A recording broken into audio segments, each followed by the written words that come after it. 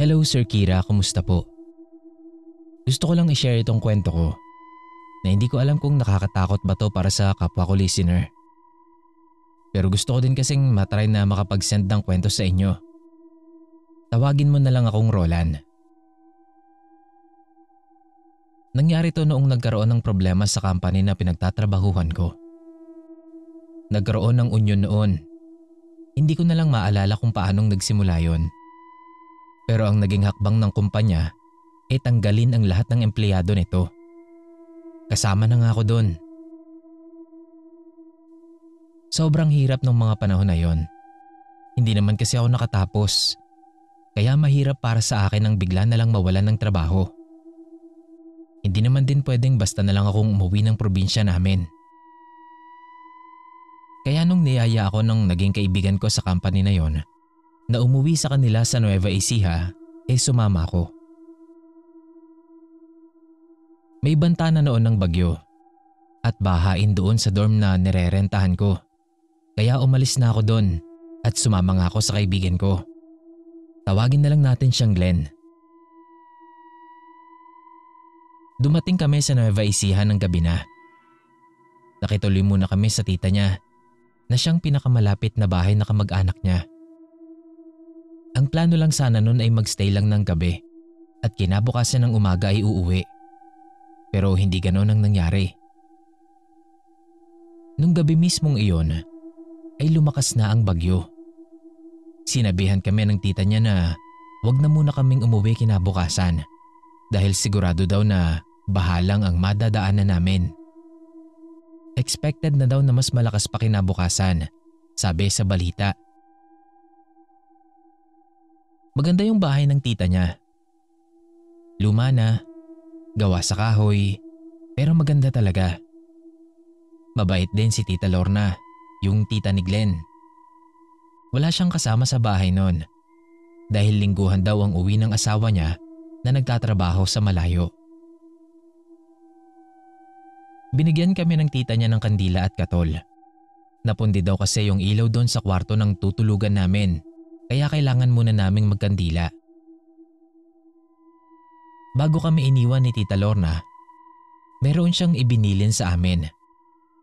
Huwag daw kaming magbubukas ng pinto o bintana sa gabi. Tapos tinignan niya si Glenn bago umalis. Siyempre nagtaka ko, kaya tinanong ko agad si Glenn kung ano yung ibig sabihin ng tita niya. Sinabi niya sa akin na kapag daw may bagyo o umuulan, palagi daw may mga nagpaparamdam doon sa bahay ni Tita Lorna. Ayoko pa nga sanang maniwala nun, pero seryoso yung mukha ni Glenn. Nakita na daw kasi niya yon noong bata pa siya. Humihingi daw ng tulong. Akala niya noon normal lang na tao. Yun daw pala multo na. Seryoso niya akong tinignan at sinabihan na maniwala na lang ako at wag daw akong basta-bastang magbubukas ng pinto o bintana. Inilabutan naman ako, kaya hindi na ako nagtanong pa tungkol doon at tumango-tango na lang. Patatakotin din kasi talaga ako . Di eto na, alauna. Mag-aalas 2 na yata ng madaling araw noon. Nagising ako. Wala namang kung ano, Sir Kira. Basta nagising lang ako. Kasi nakaramdam ako na naiihi ako. So tumayo ako para lumabas at mag-CR. Paglapit ko sa pinto, may nadinig akong mahihinang katok mula sa pintuan ng kwarto. Sakto din kasi yun na talagang magbubukas ako ng pinto. Kaya huli na nang maalala ko yung babala sa akin ni Glenn at ng tita niya. Pagbukas ko, pumasok agad ang malamig na hangin sa kwarto. Doon ko biglang naalala yung sinabi ni tita. Kaya nagpalinga-linga ako kung merong pumasok o nakapasok. Grabe yung kabog ng dibdib ko nun. Kasi kakaiba yung hangin na sumalubong sa akin pagbukas ko ng pinto. Nawala talaga yung antok ko nun. Hindi ko na nga naalala na naiihi pala ako. Bumalik na ako agad sa higaan at nagtalokbong ng kumot. Nakapikit ako pero hindi na talaga ako nakatulog nun magdamag. Kinabukasan paggising ni Glenn, sinabi ko agad yung nangyari nung magising ako nung madaling araw. Gusto niya akong kaltukan nun eh. Pero sabi ko naman, hindi ko talaga sinasadya. Dahil nga palabas naman talaga sana ako nun para mag-CR. Palabas na siya ng kwarto nun at ako naman ay bumangon pa lang. Paglapag kamo ng paa ko sa sahig, naramdaman ko agad na may natapakan ako. Para siyang basa na kung ano. Pagtingin ko, putik pala yung natapakan ko. 2 maliit na paa na tila ba nakaharap sa akin. Tinawag ko agad nun si Glenn. Pabilis naman siyang bumalik at nakita din niya yung dahilan kung bakit ko siya tinawag. Ipinaalam namin kay Tita Lorna. Hindi naman siya nagalit pero sinabihan niya ako na palagi akong magdadala ng asin. Yun lang daw ang alam niyang pwede kong gawin. Mawawala din naman daw yun pagkatapos ng ulan. Inis na inis talaga ako nun sa sarili ko, Sir Kira. Pero wala naman na akong magawa. Sa totoo lang, hindi ko nga alam kung talagang wala na yung espiritu na yun eh. Pero hindi ko alam kung dala na lang ba to ng takot ko na hindi nawala o talagang minsan kapag umuulan ay nakakarinig ako ng mga katok sa pinto ko. Hanggang dito na lang. Sana magustuhan ninyo. Maraming salamat po ng marami.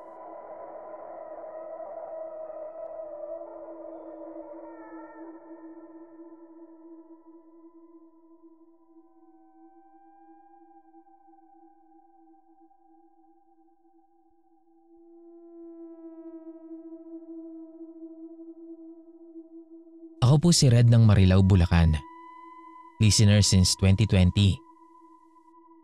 Matagal ko nang gustong mag-share dito. Nahihirapan lang akong i-compose itong kwento ko. Pero ngayon, nagpatulong na ako sa kapatid ko na listener mo na rin. Para nga ma-share ko tong karanasan namin ng mga kalugar ko dito.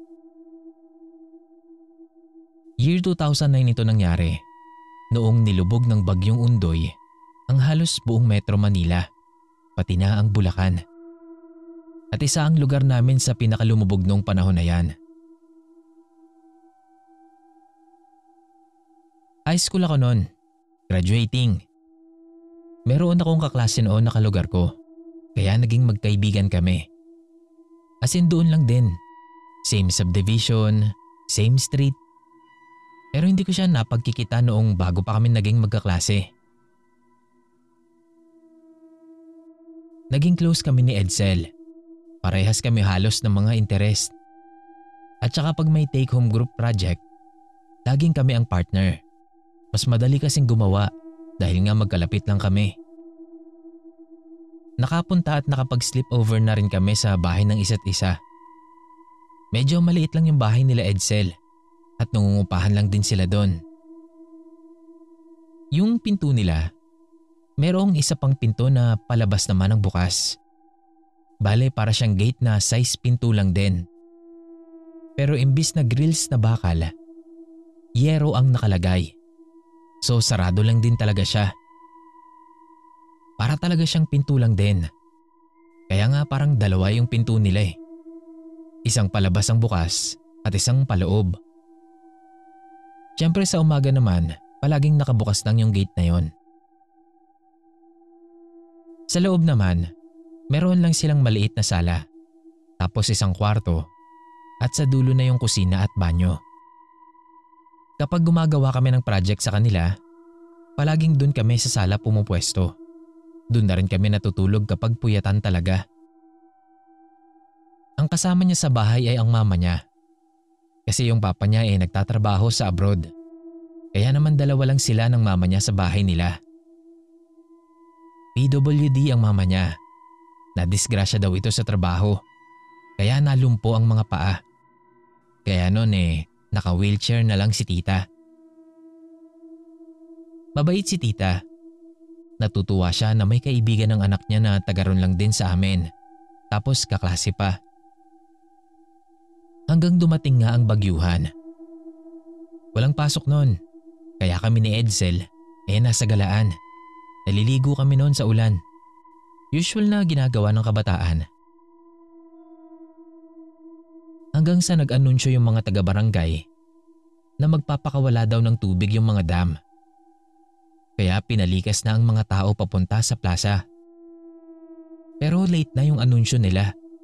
Nakapagpakawala na pala ng tubig yung mga dam. Kaya ang bilis ng pagtaas ng tubig nun. Pababa po kasi yung sa amin. Tapos tabi pa kami ng ilog halos. Pero wala lang sa amin yun ni Edsel. Akala talaga namin tulad lang yun ng ibang mga bagyo. Pero sobrang maling-mali kami. Tuloy lang kami sa pagtatampisaw sa ulan. Wala pa din namang mga nagtutungo sa plaza nun, kaya nakampante talaga kami. Naaalarma lang kami nun nung mapansin na namin yung malakas na ragasa ng tubig sa kalsada. Pagtingin namin sa ibaba, tumataas na nga yung tubig. Nagtakbuhan na kami nun pauwi sa amin. At tila hindi lang kami ang nabigla. Kasi nung rumaragasa na nga yung tubig pababa sa street namin, nataranta na ang mga tao. Ang bilis kasi ng pagtaas ng tubig. Saglit lang lagpas tuhod na agad ng baha. Hindi na kami nagkaroon ng pagkakataon na makapagsalba pa ng kahit isang gamit man lang. Kanya-kanyang takbo na ang mga tao sa plaza. Yun kasi ang pinakamataas na bahagi dito sa amin. Kaya yun lang yung lugar kung saan hindi abot ang pagtaas ng tubig. Nung nandun na ang lahat, sobrang balisa at aligaga pa rin ang mga tao. Mga nagkakagulo, may nagiiyakan, naghahanapan ng mga anak at kung sino man. May mga tumatawag sa cellphone. Doon ko lang din naalala sila Edsel. Nakita ko siyang umuwi sa kanila para ilabas yung nanay niya. Pero sa taranta ko, hindi ko na siya naalalang balikan after kong masiguro na makalabas sila mama at mga kapatid ko. Kinabahan ako noon. Baka kako, hindi sila nakalabas ng nanay niya. Pero nakahinga ako ng maluwag nang makita ko siya at ang nanay niya na nakasakay sa wheelchair. At tulad naming lahat ay basang-basa din sila. Lalapitan ko pa sana sila, kaso sakto naman na binuksan na yung simbahan at nagtawag na yung tanod na pumasok na kami sa loob para doon na sumilong. Nung nasa loob na kami ng simbahan, alinga-linga ako. Hinahanap ko si Edsel. Pero hindi ko sila makita ng nanay niya. Binalikan ko pa sila sa plaza. Baka kako hindi pa sila nakakapasok. Pero wala rin sila doon. Kaya naisip ko na baka nakisilong na sila sa tita niya na nakatira malapit sa plaza. Kaya naman bumalik na lang ako sa simbahan. Basang-basa kaming lahat noon. Walang pamalit, ni walang panapin man lang sa malamig na sementong sahig ng simbahan. Sobrang lamig ng gabing yun. Tiniis naming lahat yun hanggang umaga. Nagyakap-yakap na lang kami nila mama at mga kapatid ko. Nakatulog naman kami kahit paano. Pero nung madaling araw, nagising ako kasi sobrang lamig na talaga. Nanunuot na sa kalamnan yung lamig. Medyo natuyo na nga rin yung damit ko nun. Napatingin ako sa labas. Nakita ko si Edsel. Nakadungaw siya sa bintana ng simbahan habang nakatingin sa akin. Kita kong nanginginig na siya nun sa lamig. Kaya naman nilapitan ko siya. Sabi ko, "Uy, saan ka galing? Ba't di ka pumasok? Nanginginig ka na dyan oh. Asan si mama mo?" Nag-aalalang tanong ko sa kanya. Nangangatal na yung bibig niya sa sobrang lamig. Sobrang putla na rin ang labi at buong mukha niya. Pati nga kamay niya kulubot at namumutla na rin. Kita ko kasi nakahalokip-kip siya nun. Nagsalita siya. Sabi niya, "Red, hindi ako makaalis. Hindi kami makalabas ni mama." Hindi ko masyadong naintindihan yung sinabi niya nung time na yon. Ang akala ko lang, hindi siya makaalis doon sa kinatatayuan niya. Kumbaga, Parang naninigas na siya sa sobrang panlalamig niya. Kaya naman lumabas ako ng simbahan para puntahan siya doon at akayin nilang siya papasok. Pero pagliko ko dun sa pinupwestohan niya sa labas, wala na siya. Hinanap-hanap ko pa. Baka kako tinaguan pa ako ng loko. Nakuha pang magbiro. Pero wala talaga. Kamot ulo kong pumasok na lang ulit noon sa simbahan at tumabi na kila mama.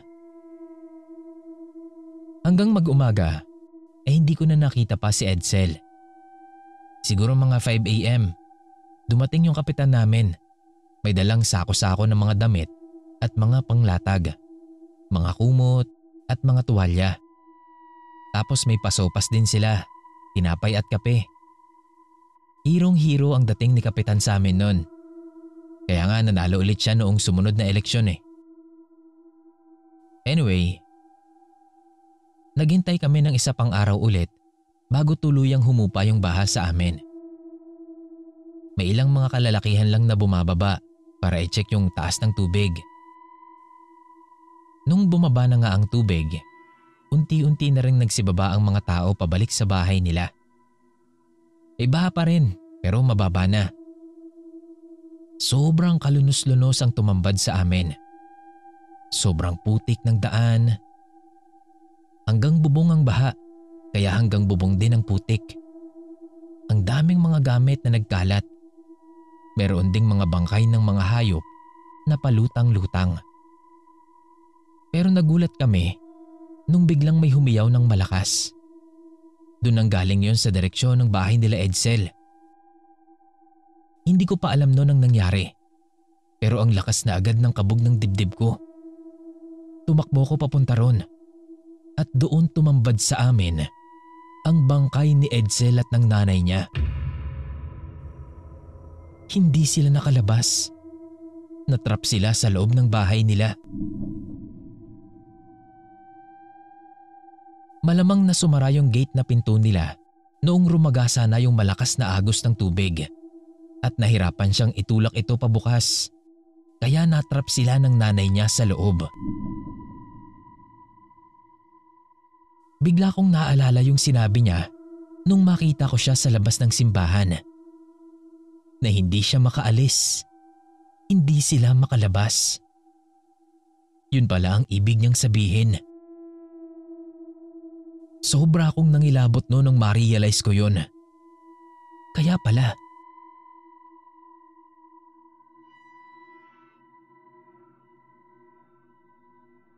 Natagalan bago may umupa ulit sa apartment na yon. Wala kasing gustong lumipat doon, lalo na sa mga taga sa amin. Lahat takot. Pero ipinalinis at ipinibless naman na yon ng may-ari. Pero nung may umupa na doon na mga tagalabas, doon nakumpirma ang takot ng lahat. Nagmumulto nga doon sila Edsel at ang nanay niya.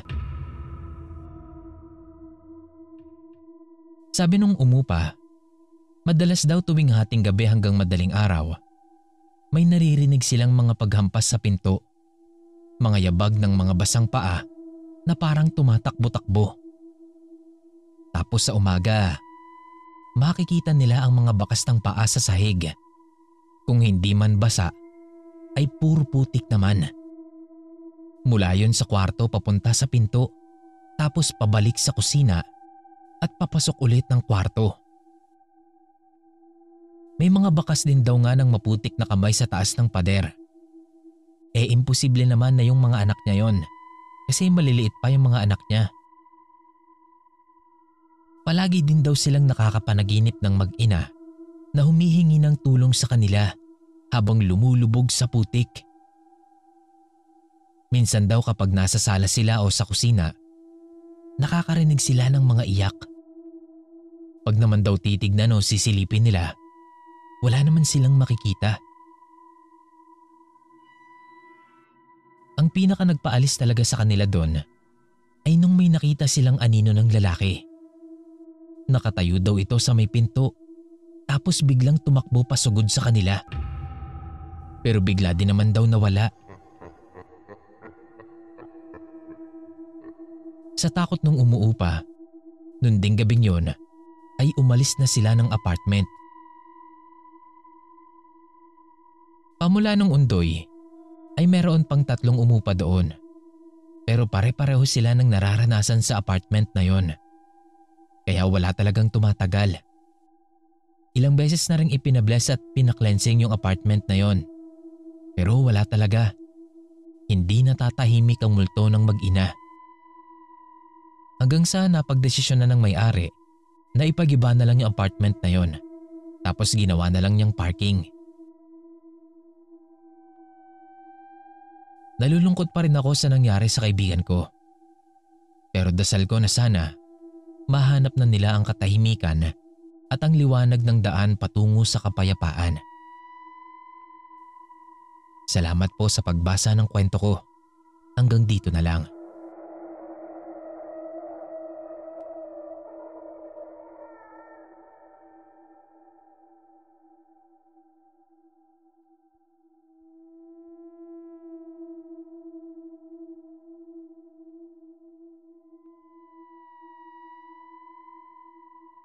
Hello po. Tawagin mo na lang akong Bella.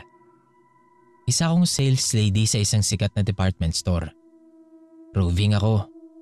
Kung saan-saan akong mall nalilipat every 2 to 3 months noong 2018. Kaya nagpasya akong mag-boarding house na lang. Natira ako sa isang lumang bahay na ginawang boarding house sa QC. Hindi ko po pala pwedeng sabihin kung saan, Sir Kira. Kasi ang alam ko, boarding house pa rin yon hanggang ngayon. Maliit lang ang kwarto sa bahay na yon, kaya 2 double deck lang ang meron sa bawat kwarto. Bale 4 kaming boarder sa isang kwarto. Maganda naman yung boarding house na yon. Luma pero maganda at malinis. Mabait pati yung may-ari na doon din nakatira sa boarding house na yon.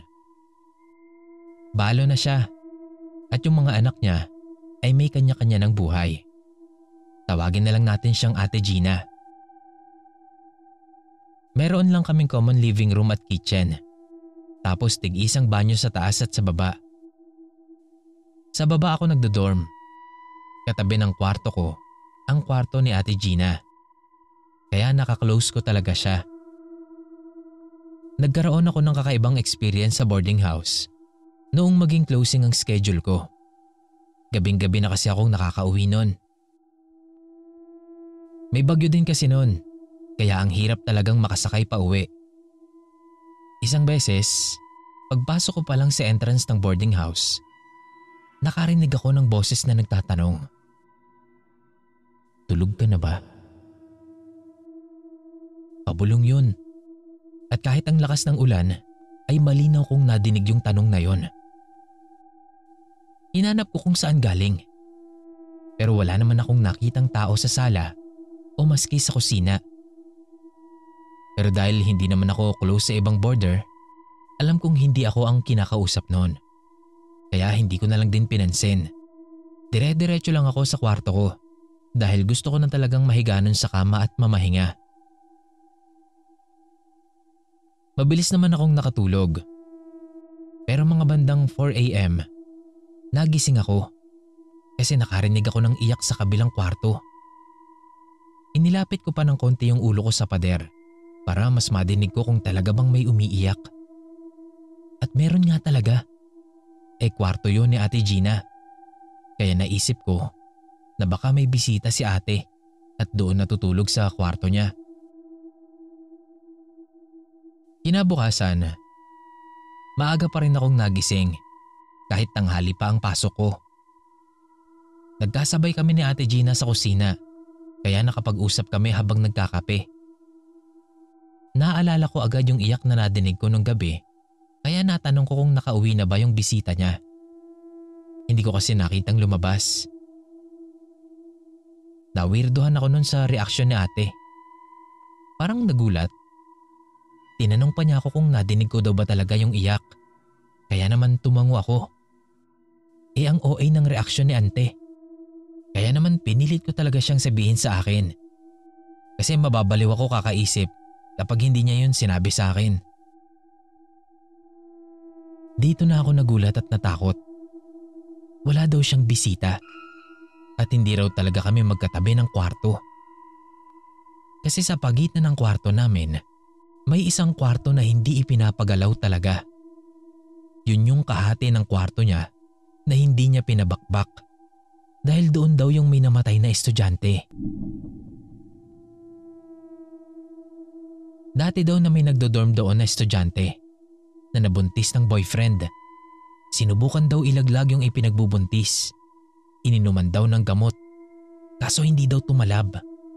Nagkasakit lang daw yung estudyante. At pagkatapos, namatay. Doon din sinabi ni Ate Gina na dating solo-solo lang ang mga kwarto doon sa boarding house niya.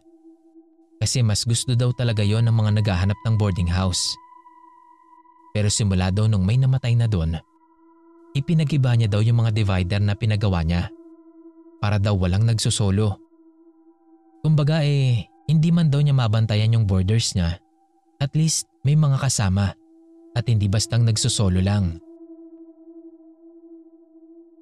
Laglag pa nga talaga ako nung matapos yung kwentuhan namin. Tapos biniro niya ako na huwag daw akong magalit sa kanya dahil ako naman daw ang nagpumilit na magpakwento. Simula talaga noon, pakiramdam ko yung lamig sa kwarto namin hindi na dahil sa bagyo.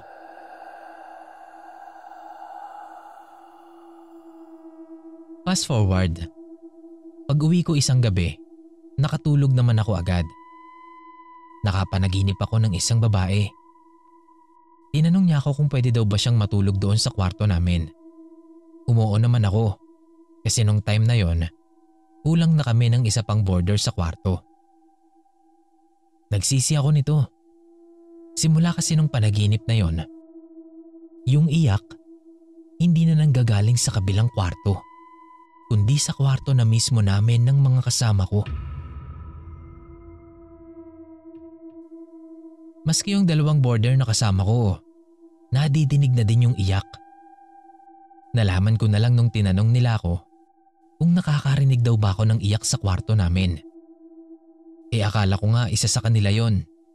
Yun pala, hindi sila. Tapos hindi naman ako. Dun ko na agad na-realize na malamang yun yung babae sa kabilang kwarto. At humingi siya ng permiso sa akin sa panaginip ko.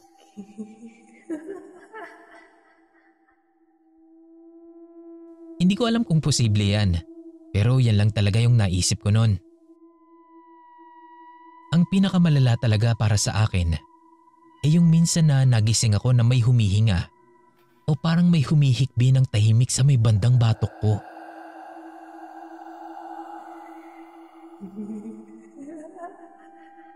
Nagdasal na lang ako noon sa isip ko. Hindi ko na din alam noon kung paano pa akong nakabalik sa tulog ng gabing yon. Pero kinabukasan pagkatapos ng trabaho ko, nakitulog na muna ako sa isang katrabaho ko. Hindi pa kasi ako nakakatulog ng maayos nun. As in, pagod sa trabaho, sa biyahe pa uwi, tapos ang konti na ng tulog ko. Sobrang sakit sa ulo. Hindi naman din madali ang maghanap at lumipat agad ng boarding house. Saka okay na okay talaga sa akin yung boarding house. Nagtagal pa din naman ako doon ng halos 1 taon din. Nalipat kasi ako ulit sa mas malayo na, kaya naman kinailangan ko na talagang lumipat ng boarding house. Hindi ko alam kung ganoon pa din doon hanggang ngayon, pero sana talaga matahimik na ang kaluluwa niya. Hanggang dito na lang, Sir Kira. Sana mapansin niyo po. Salamat.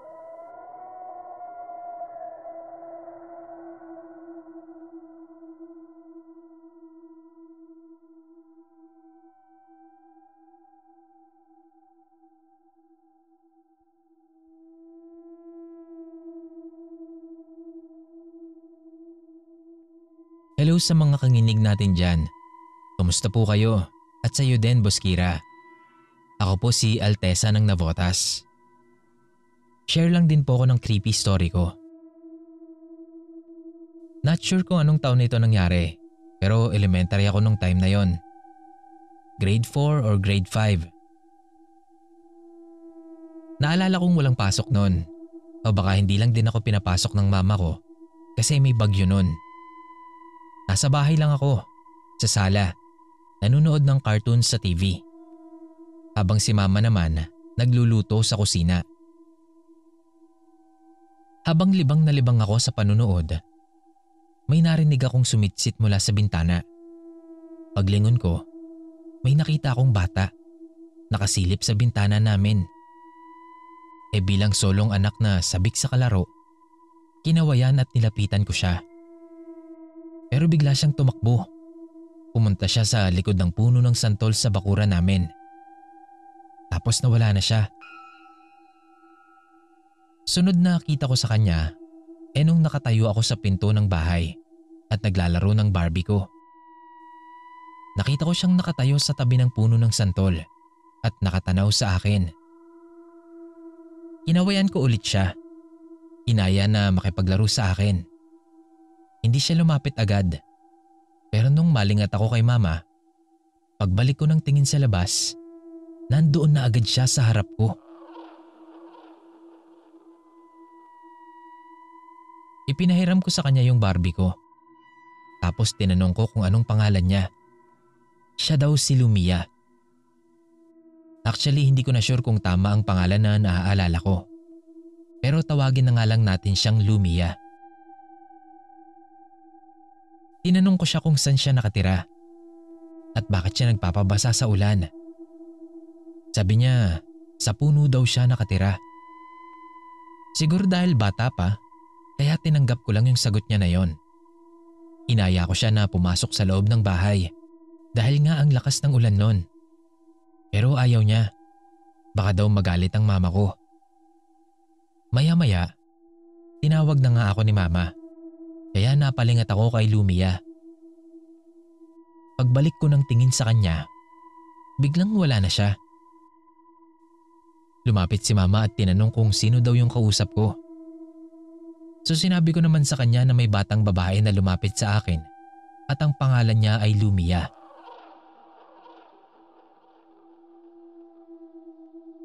Kinagabihan, napanaginipan ko si Lumia. Umuulan din doon sa panaginip ko. Pero nasa labas kami, naglalaro sa may puno ng santol. Tapos bigla siyang tumigil. Inaya niya ako na pumasok sa puno. Sabi ko paano? Sabi niya basta daw hawakan ko yung kamay niya. Pero hindi ako sumama kasi sabi ko mapapagalitan ako ni mama. Pero hinawakan niya yung kamay ko at pilit na hinihila papasok sa puno. Doon na ako nagising. Natakot ako sa panaginip ko na yon. Kinabukasan, maulan pa rin. Nasa bahay lang ako noon, kumakain ng sopas habang nanonood sa sala. Maya-maya may sumitsit na naman. Paglingon ko, si Lumia. Nakasilip na naman siya sa may bintana. Ay anyways po, yung bintana pala na yon ay nakaharap doon sa malaking puno ng santol na tirahan daw nila Lumia. So nakita ko nga siya. Ngumiti siya sa akin. Pero medyo nagulat ako noon sa ngipin niya. Kasi may pangil siya. Tapos parang pating yung mga ngipin niya na maliit. Doon ko lang din napansin yung mata niya na kulay dilaw at parang mas malaki kaysa sa normal. Pero nilapitan ko pa rin siya. Tapos sabi niya, "Tara, laro tayo." Sabi ko naman, hindi ako papayagan ng mama ko kasi umuulan nga. Tapos tinanong niya ako kung gusto ko daw bang lumabas. Sabi ko gusto ko, pero bawal nga kasi. Mapapagalitan ako ni mama. Tapos sabi niya, "Gusto mo palit na lang tayo?" Tinanong ko kung anong palit. Sabi niya, "Tayo. Palit tayo ng pwesto. Ako dyan, ikaw dito." Bago pa ako makasagot, narinig ko na ang tawag ni mama. Sino daw ang kinakausap ko? Itinuro ko si Lumia sa bintana. Pero pagkaharap ko, wala na ulit siya. Pinalapit ako ni mama sa kanya. Sinabihan niya ako na wag ko na daw ulit kakausapin yung Lumia na yon kasi bad girl daw yon. Kinagabihan nun, napanaginipan ko na naman siya. Ganun ulit, malakas ang ulan at naghahabulan kami ni Lumia. Tapos inaya niya ulit ako sa puno ng santol. Ipapakilala niya daw ako sa parents niya. Sumama naman ako. Kasi dun sa panaginip ko na yon, nakita ko si mama na nasa pinto ng bahay namin. Nakatingin at parang nakangiti siya sa akin. Para siyang may sinasabi pero hindi ko maintindihan dahil sa lakas ng ulan. Naisip ko tuloy na pinapayagan niya ako kaya sumama na ako kay Lumia.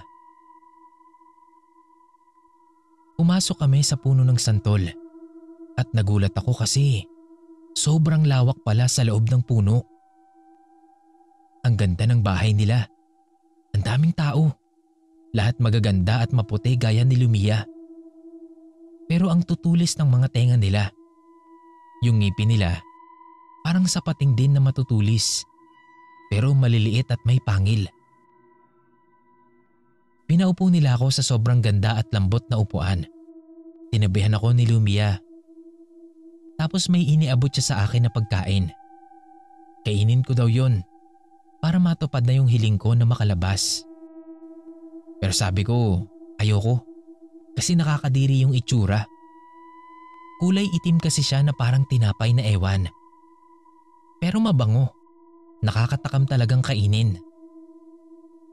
Isa to sa ipinagpapasalamat ko sa sarili ko hanggang ngayon, Boss Kira. Nakadepende kasi sa appearance ng pagkain ng gana ko kung kakainin ko ba yon o hindi. Lalo na kung bago lang yan sa paningin ko. At dahil nga hindi ko gusto ang itsura nung pinapakain niya sa akin, hindi ko talaga kinain yon kahit paanong pilit niya sa akin. Tapos nakita kong nagbago yung ekspresyon ng mukha niya. Naging seryoso at parang nagalit siya sa akin. Maya-maya ay narinig ko na ang boses ni Mama. Tinatawag na ako kaya sabi ko kay Lumia, uuwi na ako. Tumayo na ako at naglakad.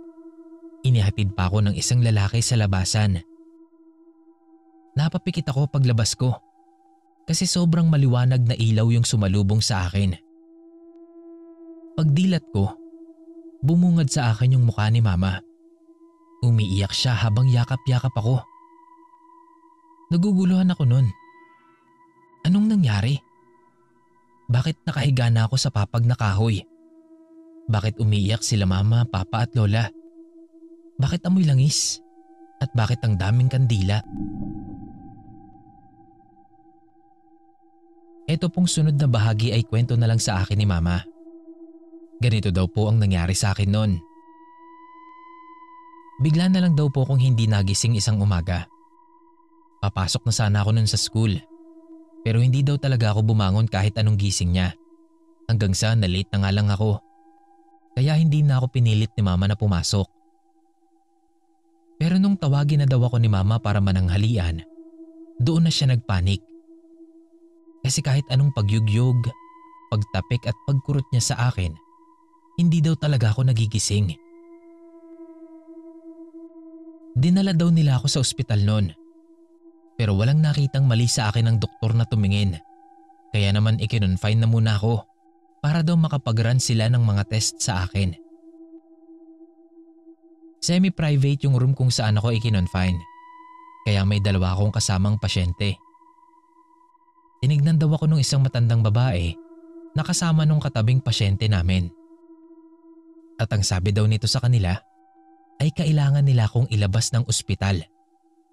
Dahil hindi raw doktor ang kailangan ko, kundi isang magaling na albularyo.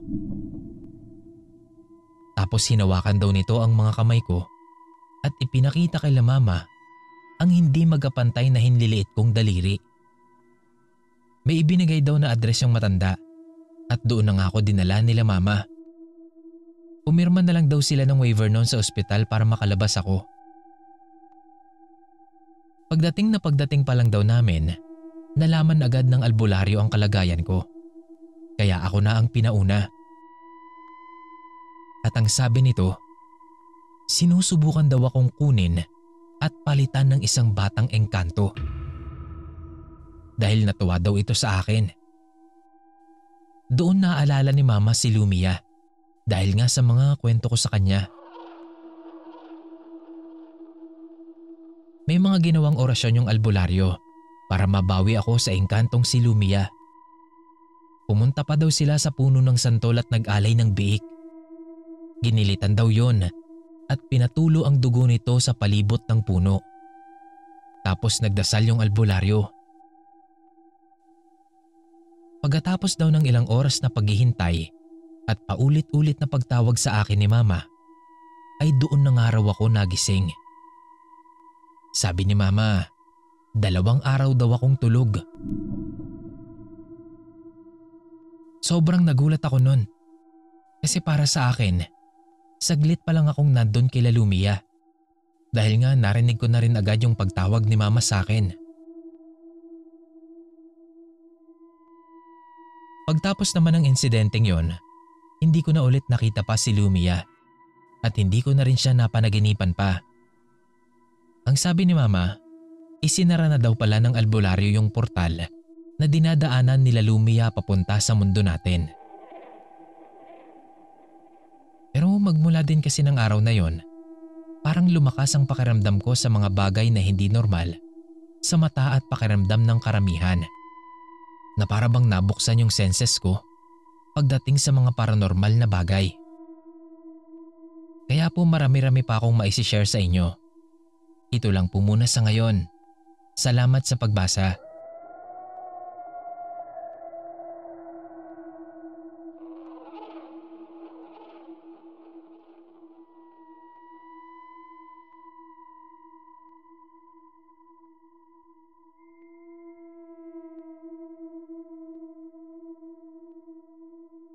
Maikling kwento lang po ito. Kaya sana maisama mo sa uploads mo, Sir Kira.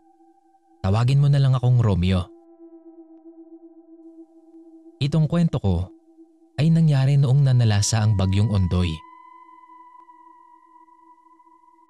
Nasa Bulacan ako noon. At kahit gaano talaga kataas ang itinaas ang bahay namin nung mga panahon na yon, ay inabot pa rin talaga kami ng baha. Bago maglandfall ang Ondoy, niyaya ko na si Mama na maggrocery pa ng pagkain. Expected na kasi namin na babahain dun sa lugar namin at mahihirapan kaming lumabas kung sakali. After lunch na nung maisip ni Mama yon, kaya dali-dali kaming pumunta sa SM. Unfortunately, dahil sa dami ng tao, natagalan kaming makapagbayad sa kahera.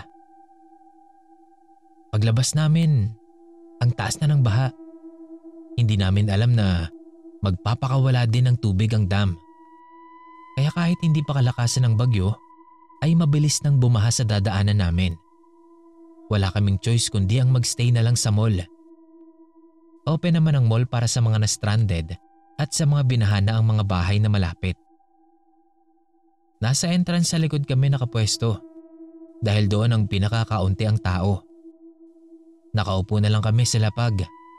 Si Mama kumukontak sa bahay. Ako naman nakatulala lang. Sasaglit pa lang kaming nakaupo nun. Pagod na pagod ako. Ewan ko ba? Siguro dahil nagmamadali pa kami ni Mama kanina. Tapos biglang tentenenen. Ganun na lang yung nangyari. Nakaupo kami sa sulok. Pero pinapanood ko yung mga taong kasama naming nandun. Hindi nakaligtas sa mata ko ang isang batang hamog na takbo ng takbo sa loob. At para bang natutuwa pa sa nangyayari. Mag-isa lang din kasi siya at walang ibang kalaro. Inaantok na nga ako nun kakasunod ko sa kanya ng tingin. Pero nawala yung antok ko na yon nung biglang sasalpok na sana yung bata dun sa guard na siyang nagche-check sa mga na-stranded. Pero imbis na sumalpok, para yung tumagos lang sa guard at biglang nawala. Alam ko na agad na hindi totoong bata yung sinusundan-sundan ko ng tingin. Kaya naman pumikit na lang ako. Ayokong ma-curious eh. Nakatulog ako noon. Ginising na lang ako ni Mama para ayaing kumain ng tinapay na binili namin. Umayos ako ng upo at humarap kay mama. Napansin ko agad yung bata sa likod ni mama. Noon ko lang nakita yung itsura niya talaga. At kinilabutan ako sa mata niya na itim lang. Umayos ulit ako ng upo. Hindi na ako humarap sa nanay ko. Tumabi na lang ako sa kanya at sabay kaming nagdasal bago kumain. Nawala na yung bata after noon. Pero sure ako na nandun lang yun sa mall. Pagala-gala. Madaling araw nung magising ulit ako. Nakaramdam ako na naiihi ako. Kaya naman agad na akong tumayo para pumunta sa CR. May mangilan-ngilang tao doon kaya hindi ako masyadong natakot. Kaya lang pagpasok ko sa CR, nandun yung bata. Napatigil ako saglit. Pero dahil may isang biglang pumasok, sumabay na lang din ako. Binilisan ko na lang. Hindi ko na pinansin yung nagbubukas sarang gripo dahil nakita ko na ngang nilalaro yun ng bata. Yung katabi ko sa urinal, nakita yun at mahinang napamura. Hindi na lang ako umimik. Gusto ko na lang din matapos sa pag-ihi. Halos sabay kaming natapos nun, kaya sabay din kaming nagmamadaling lumabas ng CR. Actually, sanay naman na akong makakita ng multo. Pero may takot pa rin sa akin kapag nakakakita ako. Ginawa ko na ang lahat talaga para mapasara yung third eye ko. Pero wala eh. At may napakinggan pa ako sa kahit saan na pwede mo nga raw pabuksan ang third eye mo. Pero wala raw ibang way para maisara ito. Hanggang dito na lang ang kwento ko, Sir Kira. More power po and God bless.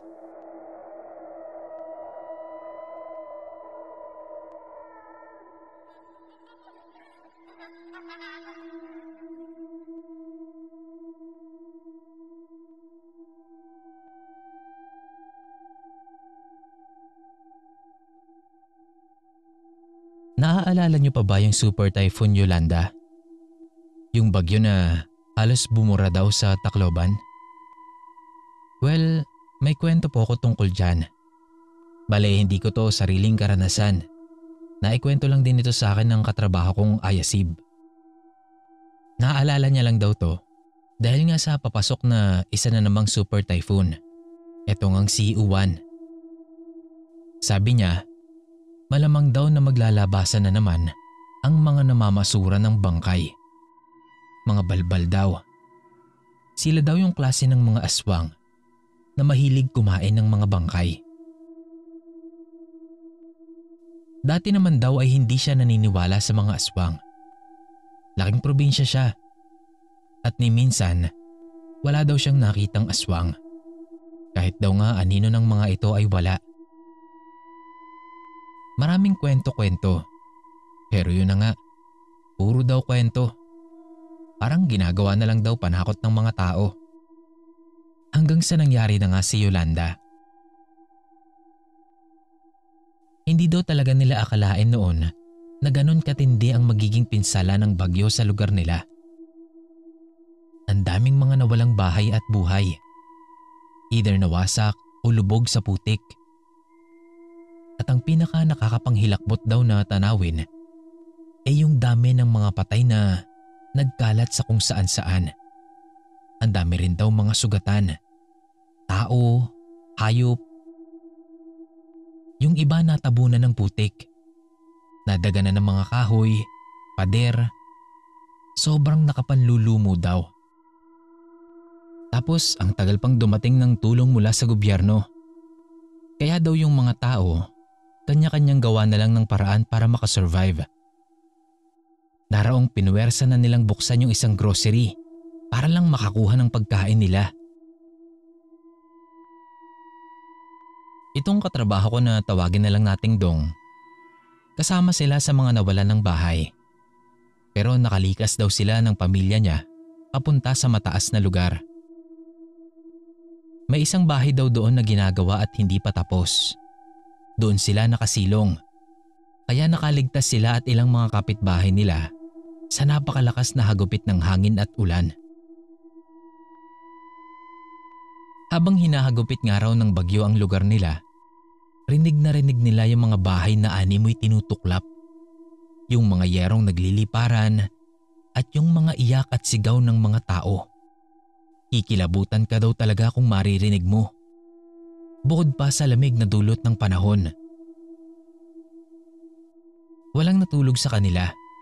Lahat nakabantay sa mga pwedeng mangyari, lalo silang mga lalaki. Nung bahagyang humupa na ang bagyo, lumabas na sila ng pinagsisilungan nila. At nawindang daw talaga sila sa iniwang unos ni Yolanda. Mga bahay na wasak, ang daming tumbang mga puno, at ang daming mga patay. Yung ibang buhay naman ay puro mga sugatan naman. Hindi na halos makilala ang lugar nila. Lumipas ang buong araw na yon na wala silang kinakain. Buti na lang daw at may dala silang tubig. Kinabukasan, naghihintay pa rin sila. Pero wala talagang tulong na dumadating. Kaya naman napilitan na silang gumawa ng paraan. Bumaba sila sa bayan kung saan mas malala ang kalagayan. Mas maraming patay, mas maraming wasak, mas magulo. Ang daming media pero walang tulong na nadating. Doon na nga nila naabutan ang sapilitang pagpasok ng mga tao sa mga grocery store. Nakigulo na rin nga daw sila. At nakakuha naman sila ng sapat para sa kanilang lahat. Pagbalik nila ay agad na rin silang nagsikain at nagpahinga. Tapos bumaba sila sa pwesto ng bahay nila. Unti-unti daw nilang inayos yung mga natira sa bahay. Nangolekta rin sila ng mga yero at kahoy na pwedeng gawing pansamantalang bahay-bahayan sa loob ng bahay na tinataguan nila. Hapon na nang makabalik sila doon. Tumambay lang din muna sila sa labas. Mula raw sa malayo, may nakita siyang kung anong gumagapang. May konting liwanag pa naman pero madilim na. Kaya hindi niya mawari kung ano yung mga yon. Nung una isa lang daw. Dalawa. Pero unti-unting dumami ang mga yon. Pinayuko daw siya nung kapitbahay nila. Nakita din pala nito yung nakita niya. Sabi tingnan daw nila pero wag silang mag-iingay. Nakita niyang lumapit sa isang bangka yung dalawa sa mga gumagapang na yon.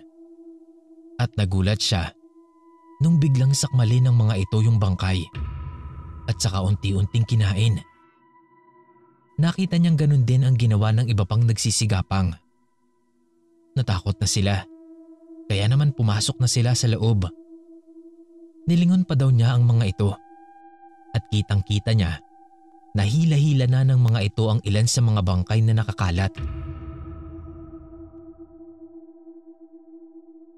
Tinanong niya sa kasama niya kung ano ba yung nakita nila. Sabi nito, mga balbal. Uri ng aswang na kumakain ng bangkay.